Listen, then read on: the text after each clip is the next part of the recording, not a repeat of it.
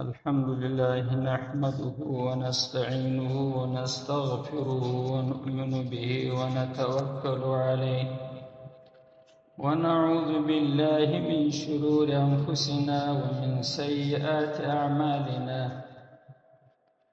من يهده الله فلا مضل له ومن يضلله فلا هادي له ونشهد أن لا إله إلا الله وحده لا شريك له ونشهد أن سيدنا ومولانا محمدا عبده ورسوله وصلى الله تعالى عليه وسلم تسليما كثيرا كثيرا أما بعد فأعوذ بالله من الشيطان الرجيم بسم الله الرحمن الرحيم.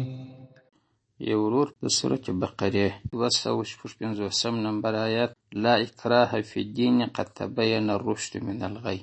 تفسیر کې سوال لري وراوی چې هلته په دې ترجمه کې داسې ویل شوي دي چې پر کافر چې طبیعي کافر دی د وخت څخه اصلي کافر دی هغه باندې اسلام په زوره نه ور عرضیږي چې ته خامخا اسلام راوړه ولی خو نو که په زور پرا هم وړي چې زړه یې مؤمن نه وي د دې اسلام څه فایده ده.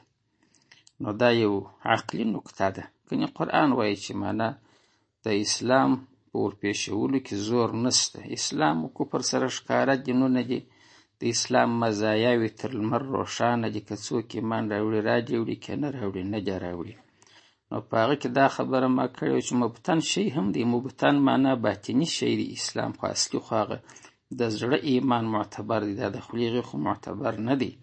نو زور نه ورسره کول کېږي. که ایمان راوړي رادې وړي که نه راوړي د دې په دار اسلام کې اوسېدل غواړي جزیه به ورکوي. هغه خلک چې ټکس ورته وایي اوسېږي دي.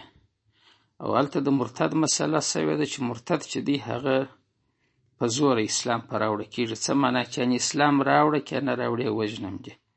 نو دلته چې د اسلام راوړي خو دلته هم د کفر باطني شی دی. په خوله به درته وایي چې راوړی مې دی په زړه کې بیا نه یې راوړي. نو دلته دا زور څه پیدا کوي چې ورسره کوي. هلته تاول پیدا نه کوي چې زور ورسره وکړم همدی به په زړه کې کافر په خوله به کلمه ووایي.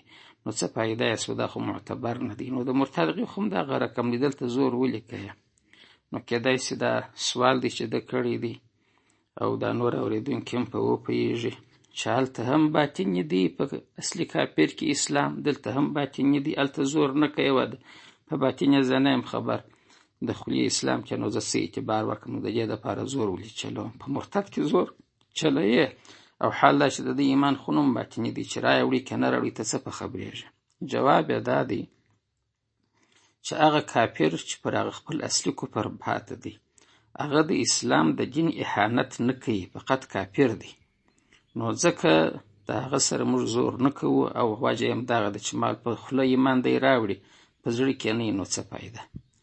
دغه مرتد چې دی دی خو د اسلام د دین اهانت کوي. دی خو د کلو مسلمان و مثلا کال نو د 2 مسلمانو خو یې پلا د اسلام په دین مشرفه سوی دی.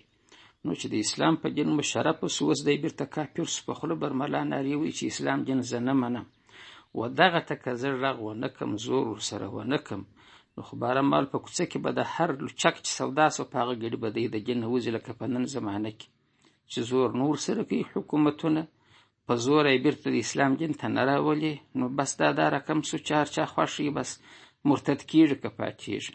نو دلته به ته دا دوه شیان نه سره یو کوې. دلته عارض پېښ سو. عارض اهانت د اسلام دی. د دغه اهانت دپاره چې دا اهانت دفع سي د اسلام څخه زه دی په زور مؤمن کوم. په زور مؤمن دا نه منه چې په زړه یې په زور ایمان ورننه باسم. دغه د خولې د لاپو د باټو چې اچوم چې بله ورځ بیا دا خبره کوي که نه کوي. هغه نور د زړه ایمان خو هغه خو اوس هم دی و الله سره خبر دی. نو دلته زور د څه دپاره کېږي. زور د دې دپاره نه کېږي چې زه د په زړه ایمان ورننه باسم. د خولې اقرار دی بیرته د ایمان وکړي. نو کېدای شي زما په خبره پوهېږي. ولې که زه په د خولې اقرار بیرته ونه کړم یا یې مړ نه کړم نو مال دا لاره چې ده بره د هر لوچک دپاره خلاصه ده. هر ګړی به دی مرتد کېږي. دلته عارض پېښ سو. نو د اسلام دین چې په نفسهي ورته وګورې د زور تقاضا نه کوي. لیکن دغسې عارض چې پېښ شي چې برای اسلام ته تاوان رسي دغه ځینې لوچګان نو د هغه سره زه زور کوم. زور د څه دپاره کوم؟ چې د خولې د لارې څخه دی بیرته اسلام ته تابع سي. په زړه یې نو زه څه خبر یم؟ زړه خو د دوی د الله ترمنځ مسله ده.